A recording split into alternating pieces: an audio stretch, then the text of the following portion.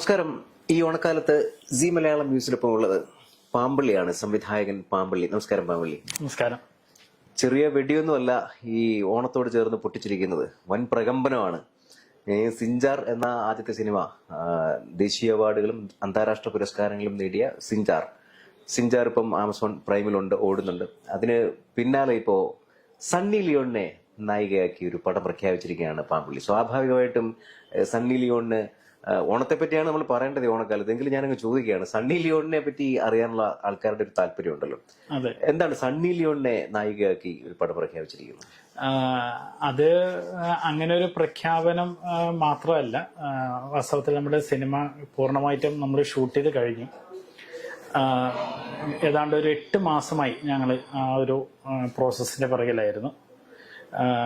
Sunny Leon എന്ന് പറയുന്ന ഒരു ആക്ട്രസ് ഒരു വ്യത്യസ്തമായ രീതിയിൽ അവതരിപ്പിക്കാനാണ് ഉദ്ദേശിക്കുന്നത്.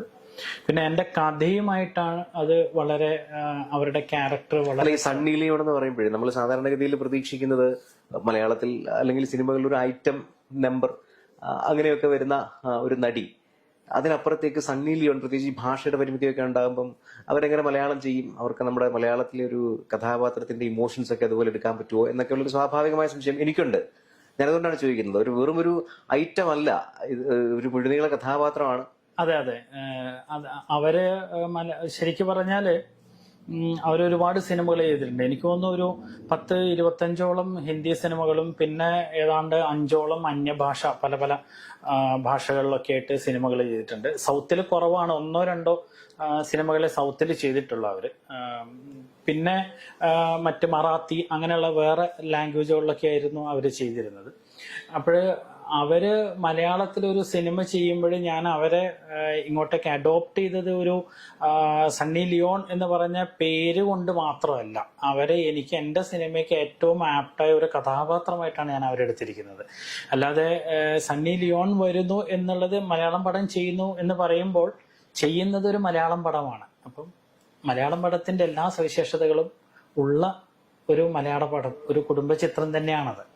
അല്ലാതെ മറ്റൊരു രീതിയില ഇതൊരു സണ്ണി ലിയോൺ പടമല്ല ഞാൻ ചെയ്യുന്നത്, മലയാള പടത്തിലേക്ക്. Yes, exactly. പാമ്പള്ളിയുടെ മാത്രമല്ല, മലയാളക്കരയുടെ ആളുകൾക്ക് വേണ്ടി തയ്യാറാക്കപ്പെട്ട ഒരു പൂർണ്ണമായും ഒരു എന്റർടൈനർ. ഈ മലയാളക്കരയ്ക്ക് വേണ്ടി മാത്രമല്ലല്ലോ, ഇതിപ്പം പല ഭാഷകളിലുണ്ട്. അതെ അതെ, അതെന്താന്ന് വെച്ചാല് മലയാളക്കരയുടെ പശ്ചാത്തലത്തിലാണ് ഈ സിനിമയുടെ മദർ ലാംഗ്വേജ് നിൽക്കുന്നത്. പക്ഷെ നമ്മളിത് കാസർഗോഡിന്റെ പശ്ചാത്തലത്തിൽ ചെയ്തുകൊണ്ട് അറിയാലോ, സപ്തഭാഷാ സംഗമ ഭൂമിയാണ്. അതുകൊണ്ട് തന്നെ പല ഭാഷകളുടെ ഒരു സന്നിവേശം സിനിമയിൽ പല ഭാഗങ്ങളിലായിട്ട് വന്നു പോകുന്നുണ്ട്. പക്ഷെ ഞാൻ പതിവ് പോലെ ഞാൻ എപ്പോഴും എൻ്റെ സബ്ജക്റ്റുകൾ തിരഞ്ഞെടുക്കുമ്പോൾ ഞാനൊരു ഗ്ലോബൽ സബ്ജക്റ്റുകളെ, അതായത് എല്ലാവർക്കും ദഹിക്കാവുന്ന അല്ല എല്ലാവർക്കും റിലേറ്റ് ചെയ്യാൻ പറ്റുന്ന സബ്ജക്റ്റുകളെയാണ് ഞാൻ അധികം പ്രിഫർ ചെയ്യുന്നത്. അതിപ്പം ആമസോൺ പ്രൈമിൽ ഓടുന്നുണ്ട് സിഞ്ചാർ 2018 സിനിമയാണ്. മികച്ച നവാഗത സംവിധായകനുള്ള ദേശീയ പുരസ്കാരം പാമ്പള്ളിക്ക് കിട്ടിയ സിനിമയാണ്. 2 ദേശീയ പുരസ്കാരങ്ങൾ, ചെസരി ഭാഷയിലെ മുഴുനീള ചിത്രം എന്നുള്ള ഒരു മികച്ച പ്രാദേശിക ഭാഷാ ചിത്രത്തിനുള്ള ദേശീയ പുരസ്കാരം, അങ്ങനെയാണെന്നാണ് എന്റെ ഓർമ്മ. അതുപോലെ തന്നെ ഇത് നിരവധി അന്താരാഷ്ട്ര ചലച്ചിത്ര മേളകളിൽ പ്രദർശിപ്പിക്കപ്പെട്ടു എന്നുള്ള വളരെ പ്രശംസ നേടിയ ഒരു ചിത്രം. പക്ഷെ 2018 പുറത്തു വന്ന IFFKയിലും ഈ നമ്മുടെ കേരളത്തിലെയും അതുപോലെ പനോരമയിലെയും ഒക്കെ പ്രദർശിപ്പിക്കപ്പെട്ട ഒരു ചിത്രം എന്തുകൊണ്ടാണ് ഇപ്പോ മാത്രം OTT-യിലേക്ക് വന്നത് എന്നൊരു സ്വാഭാവികമായ സംശയം. അത് എനിക്ക് മാത്രമല്ല, അത് വളരെ ജെനുവിനായ ഒരു ക്വസ്റ്റ്യൻ ആണ്. അതിൻ്റെ അകത്ത് ആദ്യത്തെ അതിനുണ്ടായ ഒരു പ്രോബ്ലം ഞാൻ പറയട്ടെ. 2017 ഡിസംബറിലാണ് നമ്മുടെ പടം സെൻസർ ചെയ്യപ്പെട്ടത്. ഡിസംബർ 31 ആണ് പടം സെൻസർ ചെയ്തത്. പക്ഷെ ആ പടം പുറത്തേക്ക് വരുന്നതും മറ്റു ഫെസ്റ്റിവലുകൾക്കൊക്കെ പോകുന്നതും 2018 അപ്പോൾ നാഷണൽ അവാർഡ് കിട്ടുന്ന ഒരിക്കലും പ്രതീക്ഷിച്ചിരുന്നില്ല. നാഷണൽ അവാർഡ് കിട്ടി കഴിഞ്ഞ ഉടനെ ഞങ്ങളത് റിലീസ് ചെയ്യാനുള്ള ഒരു തയ്യാറെടുപ്പ്, ഷിബുജി സുശീലൻ അദ്ദേഹമായിരുന്നു അതിന്റെ പ്രൊഡ്യൂസർ. അപ്പം ഷിബു സാറും ഞാനും കൂടി ചേർന്നിട്ട് അത് റിലീസ് ചെയ്യണം എന്നുള്ള ഒരു ഐഡിയ നിൽക്കുമ്പോഴാണ് നാഷണൽ അവാർഡ് ഒന്ന് നമുക്ക് കിട്ടുന്നത്. പിന്നീട് അവര് പറഞ്ഞു ഒരുപാട് നിങ്ങൾ ഉടനെ റിലീസ് ചെയ്ത് കുറച്ച് കാലം കാത്തിരിക്കണം എന്ന് പറഞ്ഞു. പിന്നെ അത് ഒരുപാട് ക്യാൻസ് തൊട്ട് പിന്നാലെ നമ്മുടെ ഭാരത സർക്കാർ തന്നെ അതിനെ പ്രൊമോട്ട് ചെയ്തിട്ട് കാൻ ഫെസ്റ്റിവലിൽ പടം പങ്കെടുത്തു. Durban international film festival, ASEAN ഫെസ്റ്റിവലിന്റെ ഓപ്പണിംഗ് മൂവിയായി. അങ്ങനെ പല പല അന്താരാഷ്ട്ര ഫെസ്റ്റിവലിൽ ഒന്നിന് പിറകെ ഒന്നായിട്ട് ഇത് പോയി തുടങ്ങിയപ്പോൾ റിലീസിങ്, അതായത് ഇത്തരം കണ്ടന്റ് ഓറിയന്റഡ് ആയിട്ടുള്ള മൂവീസ് റിലീസ് ചെയ്ത് കഴിഞ്ഞാൽ അതിന്റെ ഒരു പ്രാധാന്യം കുറഞ്ഞു പോകും പല ഫെസ്റ്റിവലുകളിലും. അതുകൊണ്ട് തന്നെ അവർ പറഞ്ഞു നിങ്ങൾ ഉടനെ ഫെസ്റ്റിവലുകളിൽ അത് എന്തായാലും ഈ പ്രൊഡ്യൂസർക്ക് വലിയ നഷ്ടം വന്നിട്ടുണ്ടാകാൻ സാധ്യതയില്ല. കാര്യം ഈ ചലച്ചിത്ര മേളകളിലൊക്കെ പ്രദർശിപ്പിക്കുന്നത് അവിടുന്ന് ഒരു മോശമല്ലാത്ത പക്ഷെ അത് നിങ്ങൾ വിചാരിക്കുന്ന അത്ര വലിയൊരു റവന്യൂ നമുക്ക് ജനറേറ്റ് ചെയ്യുന്നില്ല ഫിലിം ഫെസ്റ്റിവലുകളിൽ. അപൂർവം ഫിലിം ഫെസ്റ്റിവലുകളിൽ നമ്മൾ വിന്നർ ആവുമ്പോൾ മാത്രമാണ് നമുക്ക് എന്തെങ്കിലുമൊക്കെ സാമ്പത്തിക പുരസ്കാരങ്ങൾ. ഇപ്പൊ നാഷണൽ അവാർഡിന് പിന്നെ വലിയ തുക ഉണ്ടായിരുന്നു. അല്ലാതെ മറ്റ് ചില ഫെസ്റ്റിവലുകളിൽ, അപൂർവം ചില ഫെസ്റ്റിവലുകളിൽ മാത്രമേ. ആ വർഷം ഞങ്ങളുടെ ഒരു ഭാഗ്യദോഷം എന്താന്ന് പറഞ്ഞാൽ IFFKയിൽ അതുവരെ സെലക്ട് ചെയ്യപ്പെടുന്ന പടങ്ങൾക്ക് 1 ലക്ഷം രൂപയോ മറ്റോ അങ്ങനെ ഉണ്ടായിരുന്നു. ആ വർഷം നമ്മുടെ പ്രളയ ബാധിതമായ ഒരു സമയമായതുകൊണ്ട് അതിന്റെ ഫണ്ട് സമാഹരണം എന്നുള്ള രീതിയിൽ ഈ തുക മുഴുവൻ അങ്ങോട്ട് നീക്കിയിരിപ്പ് ചെയ്തു. അങ്ങനെ പല പല റീസണുകളിൽ അതിങ്ങനെ പോയി. സമയം നമ്മളെ അനുകൂലിച്ചില്ല. ഇല്ല, അതുകൊണ്ടാണ് ഞാൻ ഈ പറഞ്ഞു വന്നത്. ഈ OTT പിന്നീട് നമ്മൾ 2019 ഏതാണ്ട് ഓഗസ്റ്റ് 9 നമ്മൾ PVR ആദ്യമായിട്ടാണ് നമ്മുടെ പടം റിലീസിന് എടുക്കുന്നത്. സൗത്ത് നിന്ന് പോലും അവർ മുമ്പ് ഒരു പടം എടുത്തിരുന്നില്ല. അപ്പോൾ ഡൽഹി ഇന്റർനാഷണൽ ഫിലിം ഫെസ്റ്റിവലിൽ നമുക്ക് അവാർഡ് കിട്ടിയപ്പോൾ അവരുടെ പ്രതിനിധികൾ നമ്മുടെ പടം കാണുകയും അങ്ങനെ എന്നെ ഇൻവൈറ്റ് ചെയ്തിട്ടാണ് ഞാനും ശിവസാറും കൂടി PVRന്റെ ഓഫീസിൽ പോകുന്നതും. അവരുടെ വക്കാവ് എന്ന് പറഞ്ഞ സെക്ഷനാണ് നമ്മുടെ പടം റിലീസിന് വേണ്ടി എടുക്കുന്നത്. ഹിന്ദി പടങ്ങൾ മാത്രം എടുത്തിരുന്ന അവര് നമ്മുടെ പടം എടുത്ത് റിലീസ് ചെയ്തു. ഓഗസ്റ്റ് 9 റിലീസ് ചെയ്ത് 3 ദിവസം കഴിയുമ്പോഴേക്ക് അറിയാലോ, 2019 ഓഗസ്റ്റ് എന്ന് പറയുന്നത് നമ്മുടെ ആദ്യത്തെ പ്രളയം പൊട്ടിപ്പുറപ്പെട്ട ഒരു സമയമായിരുന്നു. കനത്ത മഴയായിരുന്നു. 3ാമത്തെ ദിവസം കേരളത്തിലെ ലുലുവിൽ റിലീസ് ചെയ്ത സിനിമ 3ാമത്തെ ദിവസം ഞങ്ങൾ കേരളത്തിൽ നിന്ന് വിഡ്രോ ചെയ്തു. മറ്റു സ്ഥലങ്ങളിൽ പടം ഓടി. അങ്ങനെ മുംബൈ, ഡൽഹി അങ്ങനെയുള്ള പല സ്ഥലങ്ങളിലും പടം ഓടിയെങ്കിലും കേരളത്തിൽ റിലീസ് ചെയ്യാൻ പറ്റിയില്ല. പിന്നീട് അത് കഴിഞ്ഞ് ഞങ്ങള് പിന്നീടും പല ഫെസ്റ്റിവലിനും പോയിട്ട് അങ്ങനെ ഞങ്ങള് 2020 പിന്നീട് ഒരു വർഷം ആ പ്രളയത്തിന്റെ ഇഷ്യൂ ഒക്കെ ആയി കഴിഞ്ഞു. പിന്നെ നമുക്ക് റിലീസിംഗ് ഒന്നും സാധ്യമായില്ല. 2020 മാർച്ച് 20-ന് 22-ന് ഞങ്ങൾ പടം റിലീസ് ചെയ്യാൻ വേണ്ടിയിട്ട് പിന്നീട് സെറ്റ് ചെയ്തു. അപ്പോൾ മാർച്ച് 20-ന് ലോക്ക്ഡൌൺ കൊറോണ വന്നിട്ട് മാർച്ച് 20-ന് ലോക്ക്ഡൌൺ ആയി. അങ്ങനെ പിന്നീട് തുടർന്ന് വന്ന് 2 വർഷങ്ങൾ നമ്മുടെ കയ്യിൽ നിന്ന് പോയി. എല്ലാവർക്കും നഷ്ടം സംഭവിച്ച പോലെ ഞങ്ങളെ പടവും എല്ലാം ഡെഡായി കിടക്കുന്ന കൂട്ടത്തിൽ ഞങ്ങളുടെ പടവും ഡെഡായി. പിന്നെ നമ്മുടെ പടത്തിൽ അങ്ങനെ വലിയ സൂപ്പർ സ്റ്റാറുകൾ ഇല്ലാത്ത ഇല്ല. മുസ്തഫയാണ് അതിലെ മെയിൻ ലീഡ് റോള്. മുസ്തഫയും സണ്ടിയും മൈഥിലിയും 3 പേർക്കും ഫീമെയിൽ ലീഡ് റോളുകൾ. എല്ലാവർക്കും തുല്യ പ്രാധാന്യമുള്ള കഥാപാത്രമാണ്. ലക്ഷദ്വീപിന്റെ പശ്ചാത്തലം സിനിമ കണ്ടപ്പോ എനിക്ക് വളരെ വലിയ അത്ഭുതം തോന്നി. ഒന്ന് പാമ്പള്ളി ഇത്ര മികച്ച ഒരു റൈറ്റർ ആയിരിക്കും എന്ന് ഞാൻ സങ്കല്പിച്ചിരുന്നില്ല. അത് പക്ഷെ എന്റെ തെറ്റായിരിക്കാം, എന്നോട് ക്ഷമിക്കുക. മനോഹരമായി ആ പടം എഴുതി. അതിലെ ഭാഷ, ഈ ജസരി ഭാഷ ഈ മലയാളമായിട്ട് ചേർന്ന് നിൽക്കുന്ന ഒരു ഭാഷ എന്ന് വേണമെങ്കിൽ പറയാം. പക്ഷെ ഈ പ്രയോഗത്തിലൊക്കെ ചില നീട്ടലുകളും കുറുക്കലുകളും ഒറ്റയടിക്ക് പെട്ടെന്ന് ചിലർക്ക് മനസ്സിലാക്കാൻ പറ്റാത്ത ചില രീതികളൊക്കെ അതിനുണ്ട്. പക്ഷെ നമുക്ക് മനസ്സിലാവും. എങ്ങനെയാണ് ആ ഭാഷയൊക്കെ തയ്യാറാക്കിയത്? ഡയലോഗൊക്കെ ചെയ്യുമ്പം അത് ഭാഷയുടെ കാര്യത്തില് ശരിക്ക് പലരുടെയും ധാരണ ലക്ഷദ്വീപിൽ നിൽക്കുന്ന ഭാഷ മലയാള ഭാഷയാണെന്നാണ്. പക്ഷെ ശരിക്കത് മലയാള ഭാഷയല്ല. എന്റെ അറിവില്ല എന്താന്ന് വെച്ചാല് ഈ ഭാഷാപരമായിട്ട് നോക്കുമ്പോഴേ ഞാൻ സിനിമ ചെയ്യാൻ പോയാൽ ഞാൻ പിന്നീട് ഭാഷയെ കുറിച്ച് അന്വേഷിച്ചു പോയി ഞാനൊരു ചെറിയൊരു പഠനം നടത്തേണ്ടി വന്നു. അതെന്തുവെന്ന് വെച്ചാൽ എന്റെ മുമ്പിൽ കുറെ ക്രൈസിസ് വന്നു.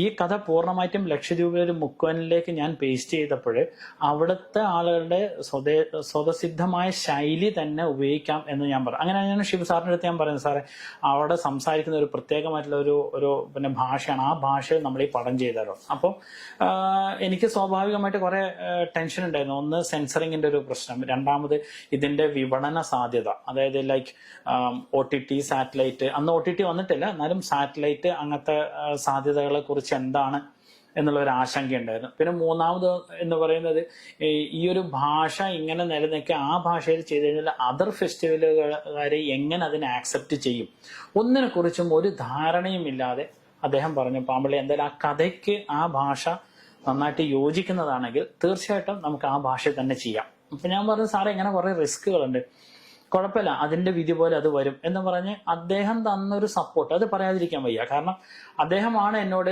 പാമ്പള്ളി നമുക്ക് ഈ ഭാഷയിൽ തന്നെ ചെയ്യാം, കുഴപ്പമില്ല ധൈര്യം വിട്ട്, നിങ്ങളുടെ തീരുമാനം അതാണെങ്കിൽ ഞാൻ ആ തീരുമാനത്തിൽ നിന്ന് പുറകോട്ട് നിൽക്കുന്നില്ല, നിങ്ങൾ മുന്നോട്ട് പോയിക്കോളൂ. ദീപ് പറഞ്ഞ പോലെ ഇതിപ്പോ കുറച്ച് വൈകി റിലീസ് ചെയ്യാൻ, അല്ലെങ്കിൽ ഇപ്പൊ OTT വരാൻ, ആൾക്കാർക്ക് അത് കാണാൻ, സാധാരണ മനുഷ്യർക്ക് അത് കാണാൻ പാകത്തിൽ അതൊരു പ്ലാറ്റ്ഫോമിലേക്ക് വരാൻ കുറച്ച് വൈകി. പക്ഷേ അത് വൈകിയത് കൊണ്ട് വലിയ കുഴപ്പമൊന്നുമില്ലെന്നാണ് എനിക്ക് തോന്നിയത്. കാരണം അത് അന്നും ഇന്നും ഇനി ഒരു പക്ഷെ ഒരു 10 കൊല്ലം കൂടെ കഴിഞ്ഞാലും ഫ്രഷ് സിനിമ പോലെ നമുക്ക് കാണാം. അതിന്റെ ഒരു പ്രമേയം അങ്ങനെയാണ്, ഓരോ ദിവസവും അതിനൊരു പ്രസക്തി ഉണ്ടെന്നാണ് എനിക്ക് തോന്നുന്നത്. എന്താ അങ്ങനെ ഒരു വിഷയം സെലക്ട് ചെയ്തത്? വിഷയം പൊതുവെ ഞാൻ മുമ്പ് ഈ സിനിമയ്ക്ക് മുമ്പ് ഞാൻ ചെയ്യുന്ന ഞാൻ തിയേറ്ററിൽ നിന്നാണ് ഞാൻ വരുന്നത്. ഞാൻ ഡ്രാമകൾ എഴുതുകയും അഭിനയിക്കുകയും ഒക്കെ ചെയ്തിട്ടുണ്ട്. അപ്പൊ ആ ചെയ്യുന്ന സമയത്തൊക്കെ ഞാൻ എന്തെങ്കിലും ഒരു പ്രത്യേകതയുള്ള സബ്ജക്റ്റ് ചൂസ് ചെയ്യാൻ എപ്പോഴും ഞാൻ ശ്രമിക്കാറുണ്ട്. അതിന്റെ ഒരു ഐഡന്റിറ്റി ആയിട്ട് ഞാൻ കൊണ്ടുപോകുന്നത്.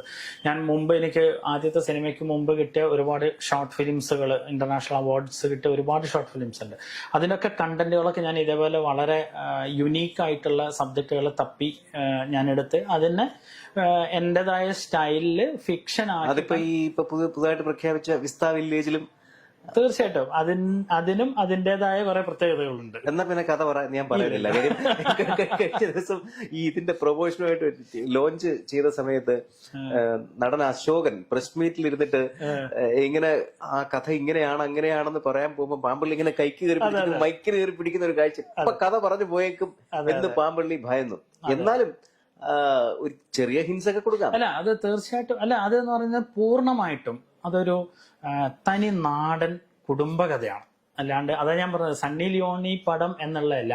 സണ്ണി ലിയോൺ നമ്മുടെ സിനിമയിലെ മെയിൻ കഥാപാത്രമായ ഒരുപാട് 40ഓളം മലയാളത്തിലെ ആർട്ടിസ്റ്റുകളുണ്ട്.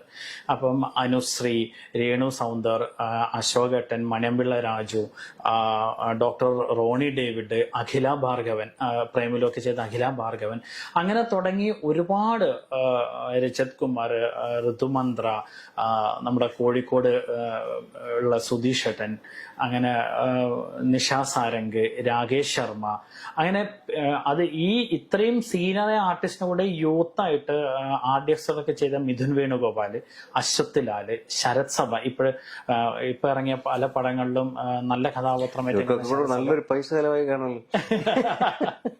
അപ്പോഴേ ഇത്രയും കഥാപാത്രങ്ങൾ അതിനകത്ത് വരുമ്പോഴേ ഞാൻ ഏറ്റവും കൂടുതൽ ഞാൻ ഫേസ് ചെയ്തൊരു പ്രോബ്ലം എന്ന് പറഞ്ഞാൽ എനിക്ക് ആരെയും മാറ്റി നിർത്താൻ പറ്റില്ല. എല്ലാവരും നല്ല കലാകാരന്മാരാണ്. എല്ലാ കഥാപാത്രത്തിനും സിനിമയിൽ തുല്യ പ്രാധാന്യമാണ്. ഈ സിനിമയിൽ എന്നോട് പലരും ചോദിക്കാറുണ്ട് ആരാണ് ഹീറോ. ഇപ്പോൾ സണ്ണി ലിയോൺ എന്ന് പറയുന്നത് ഒരു കൗതുകമായതുകൊണ്ടും ബോളിവുഡിലും ലോകം അറിയപ്പെടുന്ന ഒരു ആർട്ടിസ്റ്റും ആയതുകൊണ്ട് എല്ലാവരും സണ്ണി ലിയോൺ പടം എന്ന് പറയുന്നുണ്ട്. പക്ഷെ ആ സിനിമ കാണുമ്പോൾ നിങ്ങൾക്ക് ബോധ്യപ്പെടും ആ സിനിമയിൽ അനുശ്രീയും പിന്നെ ലീഡ് ക്യാരക്ടറായ അനുശ്രീയും അതുപോലെ തന്നെ സണ്ണി ലിയോണും തുല്യ കഥാപാത്രമാണ്. അതുപോലെ തന്നെ ആ സിനിമയിൽ അഖിലേന്ദ്ര മിശ്ര, ഇപ്പൊ അഖിലേന്ദ്ര മിശ്ര എന്ന് പറയുന്നത് ലഗാനിലൊക്കെ അഭിനയിച്ച, ഒരുപാട് ബംഗാളി ഹിന്ദി പടങ്ങൾ അഭിനയിച്ച, ഇന്ത്യ കണ്ടതിൽ ഏറ്റവും മികച്ച നമ്മുടെ പണ്ടത്തെ സീരിയൽ ക്രൂർ സിംഗ് എന്ന് പറഞ്ഞ ഒരു ക്യാരക്ടർ, ചന്ദ്രകാന്ത എന്ന് പറഞ്ഞ സീരിയൽ ക്രൂർ സിംഗ് എന്ന് പറഞ്ഞ ക്യാരക്ടറായിട്ടാണ് അദ്ദേഹം ഇന്ത്യ മുഴുവൻ അറിയപ്പെടുന്നത്. അങ്ങനെയുള്ള അഖിലേന്ദ്ര മിശ്ര ഇതിനകത്ത് ഒരു തുല്യ പ്രാധാന്യമുള്ള കഥാപാത്രം ചെയ്യുന്നുണ്ട്. അപ്പൊ ഇതിനകത്ത് ആരാ ഹീറോ എന്ന് ചോദിച്ചാൽ ഞാൻ പറയും ഈ സിനിമയിൽ ഹീറോവും ഹീറോയിനും ഒക്കെ സബ്ജക്റ്റ് ആണ്. അത് സിനിമ കാണുമ്പോൾ നിങ്ങൾക്ക് തിയേറ്ററിൽ നിന്ന് മനസ്സിലാവും. ആ സബ്ജക്റ്റിനെ ലിഫ്റ്റ് ചെയ്ത് കൊണ്ടുപോകുന്ന ശക്തരായ കുറെ പില്ലേഴ്സ് ആണ് ഈ ആക്ടേഴ്സ് മുഴുവൻ. അവരെല്ലാവരും ചേർന്നാണ് ഇതിനെ തള്ളിക്കൊണ്ടുപോകുന്നത്. അപ്പൊ ഈ സിനിമ ഒരു സണ്ണി ലിയോൺ പടമല്ല, ഇതൊരു അനുശ്രീ പടമല്ല, അല്ലെങ്കിൽ ഇതൊരു അശോക, എന്നാൽ എല്ലാവരുടെയും കൂടിയുള്ള ഒരു പടമാണ് ഈ പടം. അതുപോലെ തന്നെ ഗുൽറിയാസ് ഒക്കെ, കാശ്മീർ നിന്നുള്ള ഗുൽറിയാസ്, പഞ്ചാബ് നിന്നുള്ള റോക്കി സിംഗ് എന്ന് പറഞ്ഞ അങ്ങനെയുള്ള പല പല ആർട്ടിസ്റ്റുകൾ വന്നൊരു ഇതിലൊക്കെ ഇത്തിരി ബിസിനസ് ഉണ്ടല്ലേ. ഈ കാശ്മീരിൽ നിന്നുള്ള ആള്, പഞ്ചാബിൽ നിന്നുള്ള ആള്, ഇവിടെ ബിസിനസ് ഓഫ് കോഴ്സ് എന്തായാലും ഒരു പ്രൊഡ്യൂസറെ നമ്മളെ സാറ്റിസ്ഫൈ ചെയ്യുന്ന രീതിയിലാണല്ലോ ഒരു സിനിമ ചെയ്യുന്നത്. കാരണം ഇത് ആദ്യത്തെ സിനിമ എന്ന് പറയുന്നത് പൂർണ്ണമായിട്ടും ശിവ സാർ എൻ്റെ അടുത്ത് ഒരു കണ്ടന്റ് ഓറിയന്റഡ് ആയിട്ടുള്ള സിനിമയാണ് ചെയ്തത്. പക്ഷെ ഈ സിനിമ വിസ്റ്റ വില്ലേജ് എന്ന് പറഞ്ഞ സിനിമ ചെയ്ത് എൻ്റെ ഫ്രണ്ടായ പ്രബലും ഞാനുമായിരുന്നു ഈ പടത്തിന്റെ ആദ്യത്തെ സ്റ്റേജിൽ നമ്മൾ ഒരുമിച്ചാണ് ഇതിന്റെ ഒരു യാത്ര തുടങ്ങിയത്. അങ്ങനെ സണ്ണി അവര് സിനിമ സബ്ജക്ട് ഫിക്സ് ആവുകയും അവര് സബ്ജക്ട് ഇഷ്ടപ്പെടുകയും തുടർന്ന് NK മുഹമ്മദ്, നമ്മുടെ വയനാട്ടിലെ വൈത്തിരി വില്ലേജ് റിസോർട്ടിന്റെ ഓണറായ NK മുഹമ്മദ്, അദ്ദേഹത്തിനടുത്ത് അദ്ദേഹത്തിന്റെ നല്ലൊരു സുഹൃത്താണ്. അപ്പം മുഹമ്മദ് സാറിന്റെ ഒരു പ്രത്യേകത എന്ന് പറഞ്ഞാല് അദ്ദേഹം സിനിമകളൊക്കെ തിയേറ്ററിൽ പോയിട്ടൊന്നും കാണാത്തൊരു മനുഷ്യനാണ്. അദ്ദേഹം പൂർണ്ണമായിട്ടും ഒരു നല്ലൊരു എഞ്ചിനീയറും ഒരുപാട് എന്താ പറയാ വലിയ വലിയ ബിസിനസ് സാമ്രാജ്യങ്ങൾ കെട്ടിപ്പടുത്തൊരു മനുഷ്യനാണ്. കടവ് റിസോർട്ടൊക്കെ അതിൻ്റെയൊക്കെ ഫൗണ്ടറും അതൊക്കെ നിർമ്മിച്ചതൊക്കെ അദ്ദേഹം തന്നെയാണ് അതിന്റെ പിന്നെ ഡിസൈനറും എഞ്ചിനീയറിങ്ങും ഒക്കെ ചെയ്ത് അദ്ദേഹം തന്നെയാണ്. അദ്ദേഹം തന്നെയാണ് വൈത്തിരി വില്ലേജും ചെയ്തിരിക്കുന്നത്. അതുപോലുള്ള വലിയ വലിയ സാധനങ്ങൾ ചെയ്യുന്ന ഒരു ബിസിനസ്മാനാണ് അദ്ദേഹം. അപ്പൊ അദ്ദേഹത്തിനെ സംബന്ധിച്ചിടത്തോളം അദ്ദേഹം അദ്ദേഹത്തിന്റെ ഒരു ഫ്രീ ടൈമിൽ അദ്ദേഹം കാണുന്ന സിനിമകൾ ഈ പല പല വിദേശ രാജ്യ സിനിമകളും ഇന്തോനേഷ്യൻ സിനിമകളും ലാറ്റിൻ അമേരിക്കൻ സിനിമകളും ഇറാനിയൻ സിനിമകളൊക്കെ കാണുന്ന ഒരു മനുഷ്യനാണ്. അപ്പൊ വളരെ ആക്സിഡന്റലി ഞാൻ പ്രബലിന്റെ കൂടെ പോവുകയും അദ്ദേഹത്തിനെ പരിചയപ്പെടുകയും ചെയ്തപ്പോൾ ഞങ്ങളുടെ ഒരു സൗഹൃദം അവിടെ ഫോം ചെയ്യും. അങ്ങനെ മുഹമ്മദ് സാറും ഞാനും പ്രബലും ഞങ്ങൾ ഫ്രീ ഉണ്ടാവുന്ന സമയത്തൊക്കെ അവിടെ ചെല്ലുന്ന സമയത്ത് ഞങ്ങൾ മണിക്കൂറുകൾ സിനിമയെക്കുറിച്ച് സംസാരിക്കുകയും ഒക്കെ ചെയ്തിരുന്ന ഒരു മനുഷ്യനാണ്. അപ്പോൾ ഈ സിനിമയോടുള്ള സ്നേഹം കൊണ്ട് മാത്രമാണ് ആ മനുഷ്യൻ ഈ ഒരു പടം ചെയ്യുന്നത്. പക്ഷെ അതൊരു പ്രധാനപ്പെട്ട കാര്യമാണ്. ഒരു പ്രൊഡ്യൂസർ പുള്ളിയാണല്ലോ ഇതിന് പൈസ മുടക്കുന്നത്. അതെ അതെ അതെ. അപ്പം അതൊരു വലിയൊരു ഘടകം. അപ്പൊ അദ്ദേഹം സിനിമ ഇപ്പൊ ഞാൻ പറയുന്നു, ആ സിനിമ ഞങ്ങൾ ഫിക്സ് ചെയ്തതിന് തൊട്ടടുത്ത ദിവസമാണ് എനിക്ക് അതിന്റെ പ്രൊഡക്ഷൻ കൺട്രോളറായ റിയാസ് വയനാടിനെ അദ്ദേഹം എന്നെ ഏൽപ്പിച്ചിരുന്നത്. എനിക്ക് റിയാസ് എനിക്ക് മുമ്പ് പേരുകൊണ്ട് അറിയെങ്കിലും എനിക്കൊരു സൗഹൃദ വലയത്തിൽ അദ്ദേഹം വന്നിരുന്നില്ല. അങ്ങനെ റിയാസ് ആണ് പിന്നീട് അദ്ദേഹത്തിന് വേണ്ടിയിട്ട് എന്റെ കൂടെയുള്ള ഈ ജേണിയിൽ മുഴുവൻ ഈ സിനിമയുടെ ഈ അവസാന ഘട്ടം വരെ റിയാസ് തന്നെയാണ് എല്ലാ പ്രൊഡക്ഷന്റെ കാര്യങ്ങളിലും എന്റെ കൂടെ നിന്നിരുന്നത്. അപ്പൊ അതിൻ്റെ അകത്തൊരു ഗുണം എന്താണെന്ന് വെച്ചാൽ ഈ പ്രൊഡ്യൂസർ, ഒരുപക്ഷെ ഞാൻ പറയും മറ്റുള്ളവരെ എനിക്കറിയില്ല, കാരണം ഞാൻ സിനിമ എന്നുള്ള ലെവലിൽ എൻ്റെ രണ്ടാമത്തെ പ്രൊഡ്യൂസറാണ്. പക്ഷെ ഞാൻ കേട്ടിട്ടുണ്ട് പല പ്രൊഡ്യൂസർ, കാരണം അവരൊക്കെ അതിൻ്റെ എല്ലാ ഘട്ടങ്ങളിലും, അതായത് ഒരു എഴുത്ത് മുതൽ അതിനെ തിയേറ്ററിൽ എത്തിക്കുന്ന ഘട്ടം വരെ എല്ലാ ഘട്ടങ്ങളിലും അവരുടേതായ ഇടപെടലുകളും ഒക്കെ ചെയ്യുന്ന പ്രൊഡ്യൂസർമാരാണ്. കാരണം അവരുടേതാണ് പ്രൊഡക്റ്റ്, അവർക്ക് അതിന് ബിസിനസ് ചെയ്യണം, അല്ലെങ്കിൽ അതിൻ്റെ അകത്ത് അവർക്ക് തന്നെ റവന്യൂ വരണം എന്നുള്ള ഒരു ഉദ്ദേശശുദ്ധിയോട് കൂടിയായിരിക്കും. സംവിധായകന്റെ കലയാണെങ്കിലും ഇത് ഉണ്ടാവണമെങ്കിൽ പ്രൊഡ്യൂസർ ഇല്ലാതെ ഒരിക്കലും പറ്റില്ല. അത് ഞാൻ ഫസ്റ്റ് സിനിമയാകുമ്പോഴും ഞാൻ പറയുന്നുണ്ട്. ഇപ്പം സിഞ്ചാർ എന്ന് പറഞ്ഞൊരു പിന്നെ സിനിമയുടെ ഒരു കഥാംശവും അങ്ങനെ ഒരു ടാലന്റും എനിക്ക് കാണിക്കാൻ പറ്റിയത് തീർച്ചയായിട്ടും ഷിബുജി സുശീലൻ എന്ന് പറയുന്ന ആ പ്രൊഡ്യൂസർ എനിക്ക് കൈ തന്നതുകൊണ്ടും എന്നോട് ചെയ്യാൻ പറഞ്ഞതുകൊണ്ടും മാത്രമാണ്. അതേപോലെ തന്നെയാണ് ഈ സിനിമയും. എൻ്റെ അടുത്ത് നല്ല സബ്ജക്റ്റും ആർട്ടിസ്റ്റിന്റെ ഡേറ്റും ഉണ്ടെങ്കിൽ കൂടിയും ഒരു പ്രൊഡ്യൂസർ എന്നുള്ള രീതിയിൽ മുഹമ്മദ് സാറ് തന്നൊരു സപ്പോർട്ട് ഭയങ്കരമാണ്. ഇതിന്റെ ഏറ്റവും വലിയ ഗുണം എന്ന് വെച്ചാൽ ഇതിന്റെ ഒരു ഘട്ടത്തിലും അദ്ദേഹം കയറി അയ്യോ അത് പറ്റില്ല, ഇത് പറ്റില്ല, അത് പറ്റില്ല, അങ്ങനെ ഒന്നും അദ്ദേഹം പറഞ്ഞിട്ടില്ല. പരിപൂർണമായിട്ട് സപ്പോർട്ട് ചെയ്തൊരു മനുഷ്യനാണ്. അദ്ദേഹം ആകെ അഭിപ്രായങ്ങൾ പറയുന്നത് സംഗീതത്തിന്റെ കാര്യത്തിൽ മാത്രമാണ്. കാരണം ഭയങ്കരമായിട്ട് മ്യൂസിക്കിനെ ഹൃദയത്തോട് ചേർത്ത് നിർത്തുന്ന ഒരു മനുഷ്യനാണ് അദ്ദേഹം. അതുകൊണ്ട് മ്യൂസിക്കിന്റെ A to Z നല്ല ജ്ഞാനവും അദ്ദേഹത്തിന് സംഗീതത്തിന്. ഇവിടെ ഒരു കാര്യം കൂടെ ചോദിക്കേണ്ടതാണ്. ഒരു സിനിമ സംവിധാനം ചെയ്യാന്ന് പറഞ്ഞാൽ അത്ര എളുപ്പമുള്ള ഒരു കാര്യമല്ല, മനസ്സിലാക്കിയെടുത്തോളം. എന്നാൽ എന്താണ് ഒരുപാട് 50-40 സിനിമകളിൽ കൂടുതലൊക്കെ ചെയ്ത സംവിധായകരുണ്ട് ഇവിടെ. ഒരു സിനിമ ചെയ്യാൻ പാമ്പള്ളിപ്പെട്ട പാടുകൾ എനിക്കറിയാവുന്നതാണ്.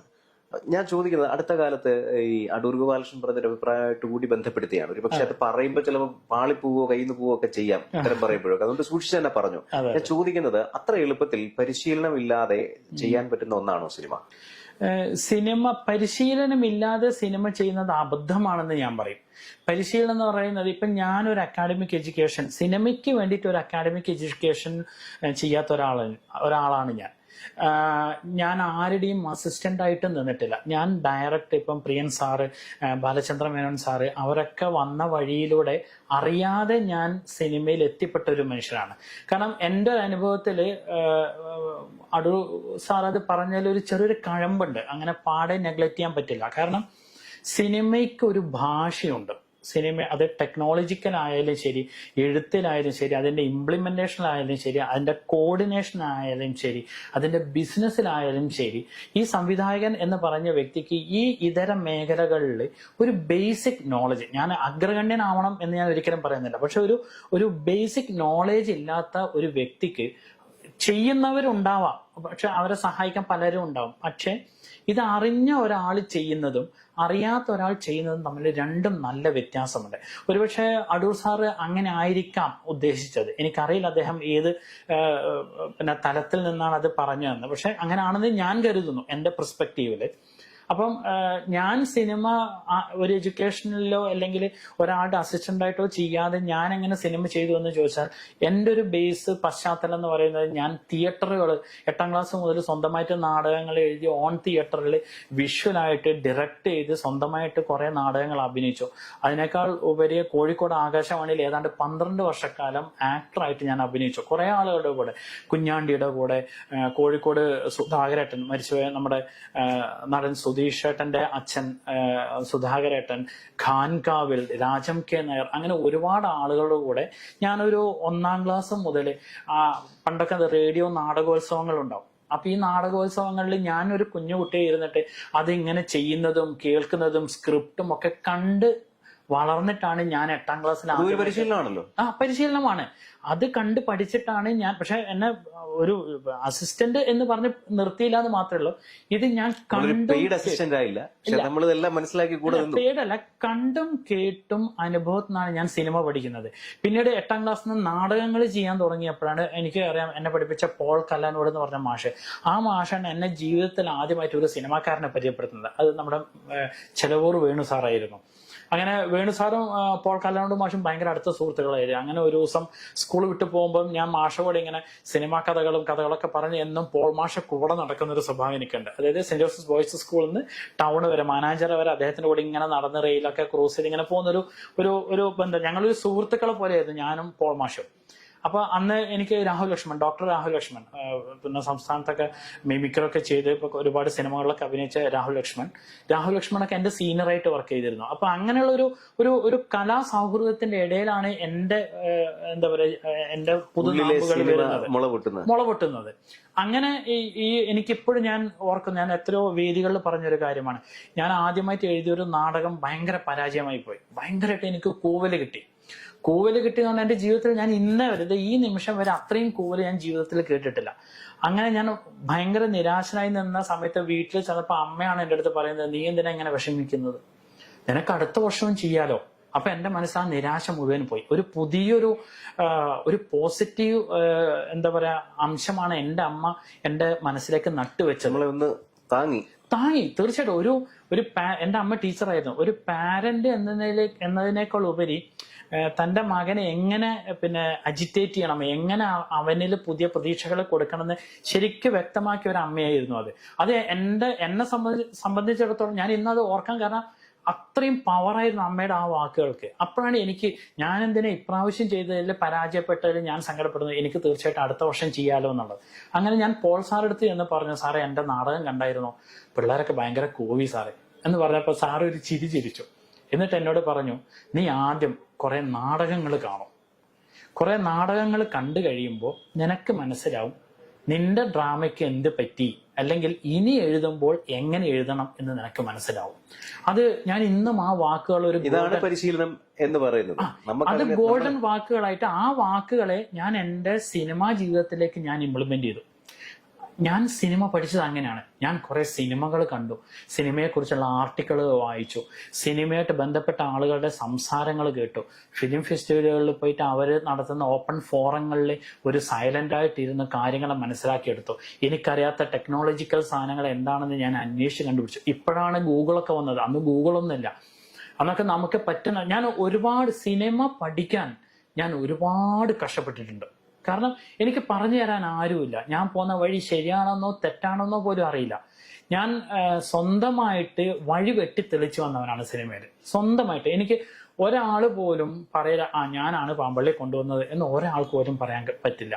അങ്ങനെ പറയാൻ അവകാശമുണ്ടെങ്കിൽ അത് പോൾ മാഷിന് മാത്രമേ ഉള്ളൂ. അത് ഞാൻ തല കുനിച്ചുകൊണ്ട് ഞാൻ അംഗീകരിക്കും. കാരണം മാഷാണ് എനിക്കത് മനസ്സിലായി. ഇനി ഒരു കാര്യം കൂടെ അടൂര് പറഞ്ഞതിനകത്ത് ഒരു കാര്യം കൂടെ, അതായത് ഇപ്പം ഈ പറഞ്ഞ സ്കീമിൽ വിവാദ വിഷയമായ ആ ഒരു സ്കീമിൽ 1.5 കോടി രൂപയാണ് കൊടുക്കുക. അപ്പം 1.5 കോടി ഒരാൾക്ക് കൊടുക്കുന്നതിന് പകരം 50 ലക്ഷം വീതം 3 പേർക്ക് കൊടുത്താൽ 3 പേർക്ക് സിനിമ ചെയ്യാവുന്നതാണ് എന്ന് അദ്ദേഹം പറഞ്ഞു. എന്റെ ചോദ്യം തീർന്നില്ല. പക്ഷെ അത് സിനിമ ചെയ്യുന്ന ഒരാളെന്നുള്ള നിലയ്ക്ക് കൊമേഴ്സ്യൽ സിനിമയുണ്ട്, അതല്ലാത്ത സിനിമയുടെ ഒരു സമാന്തര സിനിമ എന്നൊക്കെ പറയുന്ന അങ്ങനെ ഒരു വിഭാഗത്തിൽ പെടുന്ന സിനിമയുണ്ട്. അടൂരിനടുത്ത് ചോദിക്കുമ്പോൾ അടൂര് പറയും അങ്ങനെ ഒരു സമാന്തര സിനിമയൊന്നുമില്ല, സിനിമ മാത്രമേ ഉള്ളൂ എന്ന് പറയും. ഞാൻ ചോദിക്കുന്നത്, എങ്കിലും ഈ രണ്ട് വകതിരിവുകളുണ്ട്, രണ്ട് വേർഷൻസ് ഉണ്ട് നമുക്ക്. ഈ പിരിവുകളിൽ ഈ പറഞ്ഞ 50 ലക്ഷത്തിന് ഈ പറഞ്ഞ സിനിമ ചെയ്തെടുക്കാൻ ഇവർക്ക് പറ്റുമോ? തീർച്ചയായിട്ടും. ഞാൻ പറഞ്ഞത്, അദ്ദേഹം പറഞ്ഞതിൽ വലിയൊരു പോയിന്റ് ഉണ്ട്. ഞാൻ ആസ് എ പേഴ്സൺ ഞാനൊരു 80% ഞാൻ അദ്ദേഹത്തോട് യോജിക്കുന്നുണ്ട്. അതിന്റെ ഒരു കാരണം എന്താണെന്ന് വെച്ചാല്, നമ്മള് ഒരു 1.5 ലക്ഷം രൂപ 1.5 കോടി രൂപ നമ്മൾ ഒരു വ്യക്തിക്ക് കൊടുക്കുന്നതിന് പകരം അത് 3ആയിട്ട് 50 രൂപ വെച്ച് 3 പേർക്ക് അത് വിഭജിച്ച് കൊടുക്കുമ്പോൾ 3 പേർക്ക് അവസരം കിട്ടുന്നു എന്നുള്ളതാണ് ഏറ്റവും പ്രൈം ആയിട്ടുള്ള ഒരു. അപ്പൊ അതിൽ ഒരാൾക്ക് അവസരം കിട്ടുന്ന ഒരാൾക്കെങ്കിലും അത് സിനിമ ചെയ്യാൻ സഫീഷ്യന്റ് ആകുമോ കയ്യിൽ കിട്ടുന്ന 50? അതാണ് ഞാൻ പറയുന്നത്. 50 കിട്ടുമോ? അതടുത്ത ചോദ്യം. സർക്കാർ കാര്യമാണ്. സർക്കാർ കൊടുക്കുന്നുണ്ടോ എനിക്കറിയില്ല. കിട്ടുവാണെങ്കിൽ ഒരു 50 ലക്ഷം രൂപയ്ക്ക് മനോഹരമായ ഒരു കണ്ടന്റ് ഓറിയന്റഡ് ആയിട്ടുള്ള സിനിമ നിർമ്മിക്കാൻ അത് ധാരാളമാണ്. അതായത് ധാരാളിത്തമില്ലാതെ, അതായത് നമുക്ക് സിനിമയില് പിന്നെ ഈ കച്ചവട സിനിമയിൽ കൂടുതൽ കാശ് ചെലവഴിക്കേണ്ടി വരുന്നത് അതിന്റെ ആ പുറംമോടിക്കാണ്. അതായത് അതിന്റെ കളർഫുൾ ആയിട്ടുള്ള അറ്റ്മോസ്ഫിയർ സൃഷ്ടിക്കാനും, അതായത് ഒരു സമാന്തര സിനിമക്ക് അല്ലെങ്കിൽ ഒരു കണ്ടന്റ് മൂവിക്ക് വേണ്ടുന്നതിനേക്കാൾ ഇരട്ടി VFX ഗ്രാഫിക്സ് സാധനങ്ങൾ കമേഴ്ഷ്യൽ സിനിമയ്ക്ക് വേണ്ടി വരും. അതിനേക്കാൾ ഹെവി ആയിട്ടുള്ള മ്യൂസിക്കുകൾ വേണ്ടി വരും. ഇപ്പൊ ഒരു കണ്ടന്റ് മൂവി ആണെങ്കിൽ വേണമെങ്കിൽ പശ്ചാത്തലത്തിന്റെ ഒരു ഓടക്കുഴൽ മാത്രം മതിയാവും. അല്ല, അതാണ് ഈ ഇത് സംബന്ധിച്ചുള്ള ട്രോളുകളിൽ വന്ന് ഇപ്പൊ അടൂരിനത് പറയാൻ കാര്യം, അടൂരിന്റെ സിനിമയിൽ മമ്മൂട്ടി വന്ന് ഫ്രീ ആയിട്ട് അഭിനയിച്ചിട്ട് പോകും. പിന്നെ അടൂരിന്റെ സിനിമയിൽ ഈ പറഞ്ഞ വലിയ മ്യൂസിക്കുകളൊന്നുമില്ല, ഒരു ചെറിയ തമ്പുരുവിന്റെ സൗണ്ടോ ഇച്ചിരി വീണയോ ഇതൊക്കെ ഉള്ളൂ ട്രോളായി പറയുന്നുണ്ട്. ശരിക്കും അത് മതി എന്നാണോ? അതായത് സിനിമ ഒരു കാഴ്ചയുടെ കലാരൂപമാണ്. അതായത് ആ കാഴ്ചയുടെ കലാരൂപത്തിന് അറിയാലോ, സംഗീതമാണ് ഏറ്റവും, ഞാൻ പറയുന്നത് ഏത് കലാരൂപം എടുത്താലും അതിൻ്റെ ഏറ്റവും പ്രൈം നിൽക്കുന്നത് സംഗീതമാണ്. കാരണം ഈ എല്ലാം സംഗീതമാണ്. ഈ ലോകം പോലും സംഗീതമാണ്. നമ്മളുടെ എന്താ പറയാ, ഉള്ളിൽ മിടിച്ചുകൊണ്ടിരിക്കുന്ന ഹൃദയം വരെ സംഗീതത്തിന്റെ ബീറ്റാണ്. ആ സംഗീതത്തിന്റെ ബീറ്റോട് കൂടിയാണ് നമ്മുടെ ഹൃദയം പോലും മിടിച്ചുകൊണ്ടിരിക്കുന്നത്. അപ്പോഴേ ഈ സംഗീതവും പിന്നെ പശ്ചാത്തല സംഗീതവും അതുപോലെ തന്നെയുള്ള മറ്റ് സാധനങ്ങളൊക്കെ ഈ സിനിമയുടെ ഫ്ലേവേഴ്സ് ആണ്. അത് നമ്മളൊരു പാചകം ചെയ്യുമ്പോൾ നമ്മൾ അതിൻ്റെ അകത്ത് ഇത്തിരി ഗരം മസാല, കുറച്ച് മസാലകൾ, ഇതൊന്നും ഇല്ലാണ്ട് വെറും മുളകും 2 മുളകും ഇത് മാത്രം വെച്ചിട്ട് നമുക്കൊരു കറി ഉണ്ടാക്കാം. പക്ഷെ അതിൻ്റെ അകത്ത് നമ്മൾ എക്സ്ട്രാ മറ്റ് മസാലകൾ ചേർക്കുമ്പോഴാണ് അതൊരു സവിശേഷമായി രുചിയായി വരുന്നത്. അതുപോലെ തന്നെയാണ് സിനിമ. ഈ സിനിമയിൽ നമ്മൾ കമേഴ്ഷ്യൽ സിനിമ എന്ന് പറയുന്നത് നന്നായിട്ട് പാചകം ചെയ്ത പിന്നെ എന്താ പറയാ, ഒരുപാട് മണവും ഗന്ധവും രുചിയും അട്രാക്ഷൻ എല്ലാം വേണം. അതാണ് സിനിമ എന്ന് പറയുന്നത്. അതായത് നമ്മളൊരു ബൗളിൽ ഒരു ഫുഡ് നമ്മൾ വിളമ്പി വെക്കുകയാണെങ്കിൽ, കമേഴ്ഷ്യൽ സിനിമ എന്ന് പറഞ്ഞാൽ അതിന്റെ രുചി മാത്രമല്ല, അതിനകത്ത് പിന്നെ കാഴ്ചയിൽ അത് ഭംഗി വേണം. പുറമേ നിന്ന് കാണുമ്പോൾ അതിന്റെ കാഴ്ചയിൽ ഭംഗി വേണം, അതിന്റെ മണത്തിന് പിന്നെ നല്ല അട്രാക്ഷൻ വേണം. അങ്ങനെ എല്ലാ ഫ്ലേവേഴ്സും വേണം. പക്ഷെ ഒരു കണ്ടന്റ് ഓറിയന്റഡ് സിനിമകൾക്ക് കണ്ടന്റിനാണ് പ്രാധാന്യം. അത് റിയലിസ്റ്റിക് ആയിട്ട് പിക്ചറൈസ് ചെയ്യാം. ഇപ്പൊ 2 ക്യാമറ മാത്രമായിട്ട് ഇപ്പൊ ഒരു മാർക്കറ്റിലെ സംഭവമാണെങ്കിൽ ഒരു 2 ചെറിയ ക്യാമറ വെച്ചിട്ട് മാർക്കറ്റിൽ റിയൽ ആയിട്ട് നിന്നിട്ട് പിക്ചറൈസ് ചെയ്ത് പോവാം. പക്ഷെ കമേഴ്ഷ്യൽ സിനിമയില് സൂപ്പർ സ്റ്റാർ വരുമ്പോൾ നമുക്ക് ഈ മാർക്കറ്റ് മുഴുവൻ ഫാബ്രിക്കേറ്റ് ചെയ്ത് ചെയ്യേണ്ടി വരും. അപ്പൊ അതിൻ്റെതായ ചെലവുകൾ വരുന്നുണ്ട്. അവർക്ക് ഒരിക്കലും ഇപ്പൊ മോഹൻലാലിനെ വെച്ചും മമ്മൂട്ടിയെ വെച്ചും അല്ലെങ്കിൽ പറഞ്ഞ ഒരുപാട് കാശ് കൊടുക്കുന്നവരെ വെച്ചോ അല്ല ഇത് ചെയ്യുന്നതെങ്കിൽ നിങ്ങൾക്ക് സിനിമ എടുക്കാൻ ഈ പറഞ്ഞ 50 ലക്ഷം ധാരാളം, അത് അത്രയും സർക്കാർ കൊടുക്കുന്നുണ്ടെങ്കിൽ തീർച്ചയായിട്ടും ഒരു സംവിധായകൻ 50 ലക്ഷം രൂപ പ്രത്യേകിച്ച് നവാഗതർക്കാണ് അതിന് പ്രയോറിറ്റി കൊടുക്കുന്നത്. അപ്പം ഞാൻ ആഗ്രഹിച്ചിട്ടുണ്ട്, ഞാൻ ആദ്യ സിനിമ ചെയ്യുമ്പോഴേ 50 ലക്ഷം പോയിട്ട് ഒരു 20 ലക്ഷം രൂപ ഒരാൾ തന്നിരുന്നെങ്കിൽ ഞാനൊരു മനോഹരമായ ഒരു സിനിമ എടുത്തേനെ എന്ന് ഞാൻ ആഗ്രഹിച്ചിട്ട് ഒരുപാട് നടന്നിട്ടുണ്ട്. പക്ഷെ ആരും സഹായിച്ചിട്ടില്ല. അത് വെച്ച് നോക്കുമ്പോൾ സർക്കാരിന്റെ ഭാഗത്തുനിന്ന് ഉണ്ടായ ഈ നീക്കം വലിയൊരു നീക്കമാണ്.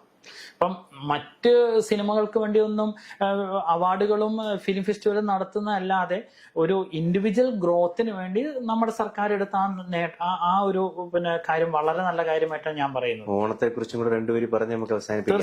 തീർച്ചയായിട്ടും.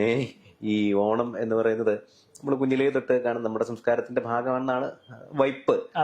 കാർഷികോത്സവം, വ്യാവസായികോത്സവം ഇതെല്ലാം കൂടെ ചേർന്നതാണ് നമ്മുടെ ഓണം. ഒരു സങ്കല്പമാണല്ലോ. മാവേലിയൊന്നും വരാനൊന്നും പോകുന്നില്ല. പക്ഷെ മാവേലി വന്നതായിട്ട് നമ്മൾ വിചാരിക്കും. പാമ്പള്ളിയുടെ ഇത്തവണത്തെ ഓണം എങ്ങനെയാണ്? ഓണം എന്ന് പറയുന്നത് എനിക്ക് ശരിക്കും ഓണം എന്ന് പറയുന്നത് എൻ്റെ കുട്ടിക്കാലത്തായിരുന്നു. തീർച്ചയായിട്ടും എൻ്റെ ഒരു 10ാം ക്ലാസ് വരെയുള്ള കാലഘട്ടത്തിലുള്ള ഓണത്തെയാണ് ഞാൻ ഇന്നും സന്തോഷമായിട്ട് ഓർക്കുന്നത്. അതിനുശേഷം വന്ന ഓണം മോശമായിട്ടല്ല, പക്ഷെ എന്താ അതിന്റെ ഒരു വ്യത്യാസം എന്താണെന്ന് പറഞ്ഞാൽ, ഞാൻ 10ാം ക്ലാസ് വരെ എന്ന് പറയുന്നത് ഓണപ്പരീക്ഷ. അതൊരു പരീക്ഷ, ഒരു വലിയൊരു ചടങ്ങാണ്. പരീക്ഷ കഴിയുന്നു, അത് കഴിഞ്ഞാൽ പിന്നെ കിട്ടുന്ന ഒരു നീണ്ട ലീവാണ്, ഒരു 10 ദിവസത്തെ. ആ 10 ദിവസക്കാലം നമ്മൾ പുസ്തകമൊന്നും തൊടില്ല. പിന്നെ ഓണത്തിന് വേണ്ടി പൂക്കളങ്ങൾ തയ്യാറാക്കുക, സന്തോഷം. ആ പൂക്കൾ തയ്യാറാക്കുക. അപ്പം നാട്ടിപ്പം എൻ്റെ അമ്മ വളർന്നൊക്കെ പാലക്കാടാണ്. അപ്പൊ ചില സമയം ഈ വെക്കേഷനിൽ ഒരു 2-3 ദിവസം ഞങ്ങൾ പാലക്കാട് അമ്മയുടെ കൊല്ലംകോട് തറവാട്ടിലേക്ക് പോകും. അപ്പൊ അതേപോലെ അമ്മയുടെ മറ്റ് സഹോദരിമാരും അവരുടെ മക്കളും എല്ലാവരും വരും. അപ്പൊ ആ സമയത്ത് ഒരു കൂടിച്ചേരലുണ്ടാവും. ഇതൊക്കെ ഒരുപാട് സന്തോഷങ്ങൾ തന്നിരുന്ന ഒരു കാലഘട്ടമായിരുന്നു. പക്ഷെ ഞങ്ങളുടെ ആ ബാച്ച്, ആ പിള്ളേരും ആ കസിൻസും എല്ലാവരും, ഞാനൊരു ഡിഗ്രി കഴിയുന്നതോടുകൂടി അവരൊക്കെ അതുപോലെ വളർന്നു. അപ്പൊ ഒരാൾ വേറെ സ്ഥലത്ത് പഠിക്കുന്നു, വേറൊരാൾ വേറെ സ്ഥലത്ത് ജോലി ചെയ്യുന്നു. അവർ ജോലി ചെയ്യുമ്പോൾ ചില സമയം അവർക്ക് ഒരു ദിവസം ലീവായിരിക്കും. അപ്പൊ അവരുടെ വീട്ടിൽ നിൽക്കും, ഇങ്ങോട്ട് വരാൻ സമയമില്ലാതെ. അതോടുകൂടി ഈ ഓണത്തിന്റെ സെലിബ്രേഷന്റെ ഒക്കെ സ്വഭാവങ്ങൾ മാറി. എല്ലാം അവരവരുടെ വീടുകളിൽ മാത്രമായിട്ട് അങ്ങ് ചുരുങ്ങി. അപ്പോൾ ഈ എന്താണെന്ന് വെച്ചാൽ നമ്മൾ പിന്നീട് ഈ പിന്നെ ഇന്നത്തെ കാലഘട്ടത്തെ ജോലിയും കാര്യങ്ങളായിട്ട് പോകുന്നതോടുകൂടി നമുക്ക് ഈ പരീക്ഷകളോ അല്ലെങ്കിൽ മറ്റു കാര്യങ്ങളോ ഒന്നും ഇല്ലാത്തത് കൊണ്ട് ഓണം കലണ്ടറുകളിൽ നിന്ന് ഉണ്ടാവുന്ന തിരിച്ചറിവ് മാത്രമേ. ഇപ്പൊ ഓഗസ്റ്റ് സെപ്റ്റംബർ എത്തുമ്പോൾ കലണ്ടർ നോക്കുമ്പോൾ ഓണം ഇപ്രാവശ്യം ഈ ഡേറ്റിനാണല്ലേ, ഒരു വയസ്സും കൂടെ കൂടിയെന്നും വിചാരിക്കും. അതെ അതെ അതെ, അങ്ങനെ അതും ഒരു കാൽക്കുലേഷൻ ആണ്. എത്ര ഓണം ഞാൻ കൂടുതലുണ്ടാണെന്ന് അറിയാൻ വയസ്സിന്റെ ഒരു കാൽക്കുലേഷൻ. അതെ അതെ അതെ. അപ്പൊ അങ്ങനെയാണ് നമ്മുടെ ഓണം, ഇപ്പോഴത്തെ ഓണം വരുന്നത്. അപ്പോൾ പിന്നെ ഞാൻ മനസ്സിലാക്കുന്നത് ഇപ്പോഴത്തെ ഓണങ്ങളൊക്കെ കേരളത്തിന് പുറത്തുള്ള വിദേശികളാണ് നന്നായിട്ട് ആഘോഷിക്കുന്നത് ഞാൻ പറയും. കാരണം ഈ അമേരിക്കയിലും അവിടെ ഇവിടെയുള്ള ആളുകൾ ഓണം കഴിഞ്ഞാലും അവരുടെ ആഘോഷങ്ങൾ ഇങ്ങനെ തുടരും. ഒരു വർഷമൊക്കെ ഒരു സെപ്റ്റംബർ ഒക്ടോബറിലൊക്കെ ഇങ്ങനെ ഓണാഘോഷ പരിപാടികൾ, ക്രിസ്മസ് കഴിഞ്ഞാൽ ഓണാഘോഷങ്ങൾ പരിപാടികൾ ചെയ്യാറുണ്ട്. അപ്പം ഞാൻ പറയുന്നത് ഇപ്പം മലയാളികളെക്കാൾ നന്നായിട്ട് ഇപ്പം കേരളത്തിൽ എവിടെയാണ് ഇപ്പം നന്നായിട്ട് പൂക്കൾ ഉണ്ടാവുന്നത്, കൃത്യമായിട്ടൊരു എല്ലാം തമിഴ്നാട് പൂക്കളായി, ആന്ധ്ര പൂക്കളായി, അല്ലെങ്കിൽ കർണാടക പൂക്കളായി, സുന്ദരപാണ്ഡ്യപുരത്ത് അതെ സൂര്യകാന്തി ഓണമാകുമ്പോ തന്നെ പത്രക്കാർ സൂര്യടിക്കാൻ. അതെ അതെ അതെ. അല്ല, ഞാൻ പറയുന്നത് ഇപ്പം കേരളത്തിന്റെ ഓണം കേരളത്തിന് കൈവിട്ടു പോയിക്കൊണ്ടിരിക്കുന്നു എന്നാണ് ഞാൻ പറയുന്നത്.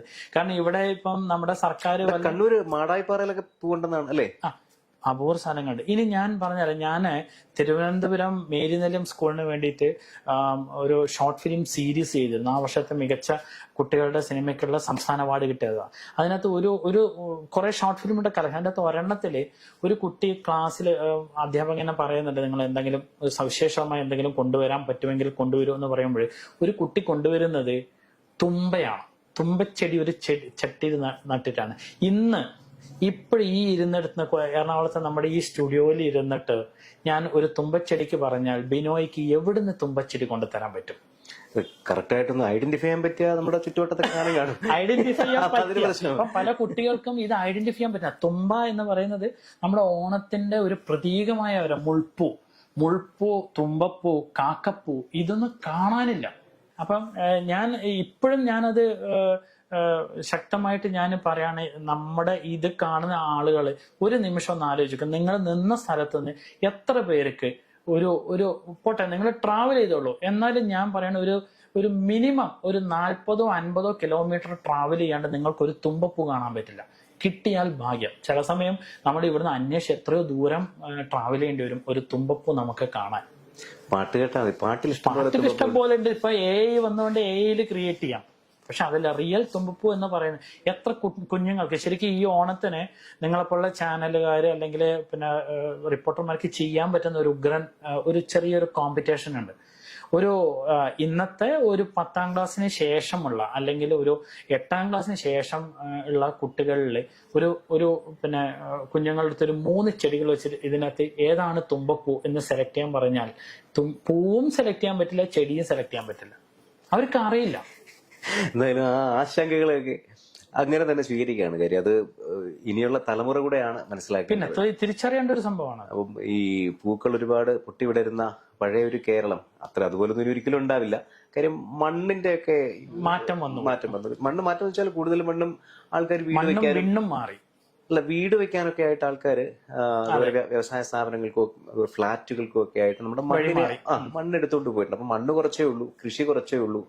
അപ്പം അതുകൊണ്ട് തന്നെ ഉള്ള സ്ഥലത്തൊക്കെ ഇന്നും നാളെയും മറ്റന്നാളുമായിട്ടൊക്കെ ഒരുപാട് പാമ്പള്ളി പറഞ്ഞ പോലെ തുമ്പപ്പൂക്കൾ വിടരട്ടെ എന്നാഗ്രഹിക്കുകയാണ്. സി മലയാളം ന്യൂസിനൊപ്പം മുറ്റത്തും തുമ്പപ്പൂ വിരിയട്ടെ. Thank you. അങ്ങനെ തന്നെ ആവട്ടെ. സി മലയാളം ന്യൂസിനൊപ്പം ഈ ഓണക്കാലം ഇത്തിരി നേരം ചെലവഴിച്ചതിന് നന്ദി. നമസ്കാരം.